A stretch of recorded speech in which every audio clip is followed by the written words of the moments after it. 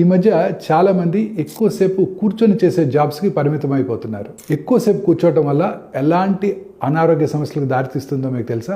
ఎక్కువసేపు కూర్చోవడం వల్ల కండరాలు బలహీనపడతాయి, ఎముకలు పెలుసుగా మారడంతో పాటు బోలు ఎముకల వ్యాధికి దారితీస్తుంది. గుండె జబ్బులు, టైప్ 2 డయాబెటీస్ తో పాటు కొన్ని రకాల క్యాన్సర్స్, దీర్ఘకాలిక అనారోగ్యాలకు కారణమవుతుంది. ప్రధాన కండరాలు బలహీనపడి వంగిపోవడం మొదలవుతుంది. వెన్నునొప్పి, డిస్క్ సమస్యలు కూడా దారితీస్తుంది. ఎక్కువసేపు కూర్చోవడం వల్ల మరియు ఎటువంటి కదలికలు లేకపోయినట్టయితే సెరటోనిన్ మరియు ఎండార్ఫిన్స్ విడుదల తగ్గిపోయి నిరాశ, ఆందోళన కూడా పెరిగే ప్రమాదం ఉంది. జీవక్రియ నెమ్మదిస్తుంది. ఆర్టరీస్ లో కొవ్వు నిక్షేపాలు పెరిగి గుండె జబ్బుల ప్రమాదం కూడా పెంచుతుంది. శరీరంలో క్యాలరీస్ ఖర్చు పెట్టడం తగ్గిపోతుంది.